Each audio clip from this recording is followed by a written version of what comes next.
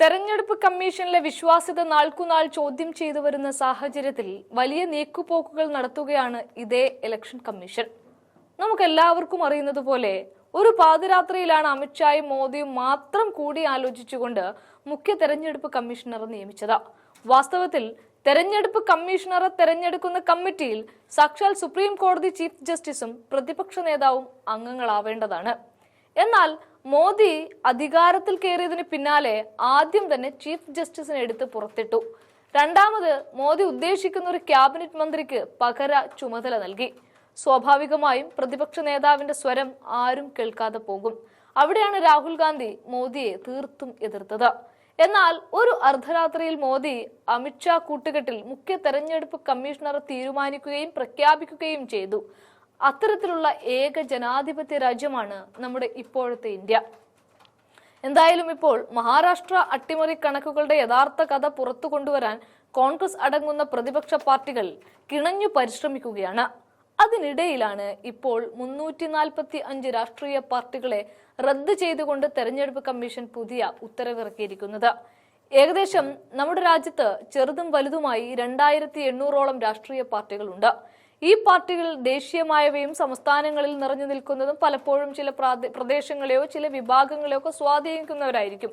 അത്തരത്തിലുള്ള 345 പാർട്ടികളുടെ ചീട്ടാണിപ്പോൾ ഒറ്റയടിക്ക് തെരഞ്ഞെടുപ്പ് കമ്മീഷണർ ചീന്തിക്കളഞ്ഞത്. കഴിഞ്ഞ 6 വർഷത്തിനിടെ ഒരു തിരഞ്ഞെടുപ്പിൽ പോലും മത്സരിക്കാത്ത പാർട്ടികളെന്ന് ചൂണ്ടിക്കാട്ടിയാണ് പക്ഷേ ഇത്തരത്തിലുള്ള ഒരു നീക്കത്തിലേക്ക് കമ്മീഷണർ കടക്കുന്നത്. എന്നാൽ അതേസമയം വരുന്ന തദ്ദേശ തെരഞ്ഞെടുപ്പിൽ പോളിംഗ് ബൂത്തുകളുടെ എണ്ണം കുറയ്ക്കാൻ സംസ്ഥാന തെരഞ്ഞെടുപ്പ് കമ്മീഷൻ അടുത്ത നീക്കവും നടത്തുന്നുണ്ട്. വിഭജനത്തിന്റെ ഭാഗമായി വാർഡുകൾ കൂടിയെങ്കിലും ബൂത്തുകൾ കുറയ്ക്കാൻ നീക്കം നടത്തുന്നതായി രാഷ്ട്രീയ പാർട്ടികളും ആരോപിക്കുന്നുണ്ട്.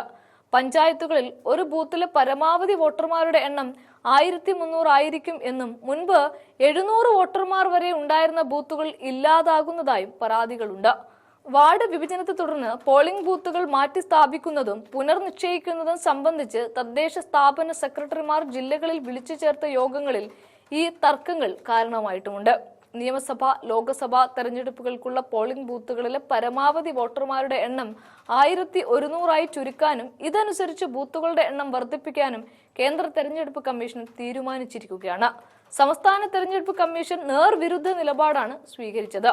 ഗ്രാമ, ബ്ലോക്ക്, ജില്ലാ പഞ്ചായത്തുകളിലേക്കായി 3 വോട്ടുകൾ ചെയ്യുന്ന പഞ്ചായത്തുകളിൽ പോളിംഗ് ബൂത്തുകളുടെ എണ്ണം കുറയ്ക്കുന്നത് പ്രയാസമുണ്ടാക്കുമെന്നും എല്ലാ വോട്ടർമാർക്കും അവസരം ലഭിക്കില്ല എന്നും പ്രതിപക്ഷ പാർട്ടികൾ ചൂണ്ടിക്കാട്ടുന്നുണ്ട്. ഒരു വോട്ട് മാത്രം ചെയ്യേണ്ട നഗരസഭാ കോർപ്പറേഷൻ മേഖലകളിൽ ഒരു ബൂത്തിൽ പരമാവധി 1600 വോട്ടർമാരെന്ന നിബന്ധനയെ പാർട്ടികൾ കാര്യമായി എതിർക്കുന്നില്ല. ജീവനക്കാരുടെയും സൗകര്യത്തിന്റെയും അധിക ചെലവിന്റെയും പേരിലാണ് എണ്ണം കുറയ്ക്കുന്നത് എന്നും പറയപ്പെടുന്നു. ഇത്തരത്തിൽ വലിയ മാറ്റങ്ങളിലേക്കാണ് ഇപ്പോൾ തെരഞ്ഞെടുപ്പ് കമ്മീഷൻ ഈ അടുത്ത കാലത്തായി എത്തിയിരിക്കുന്നത്.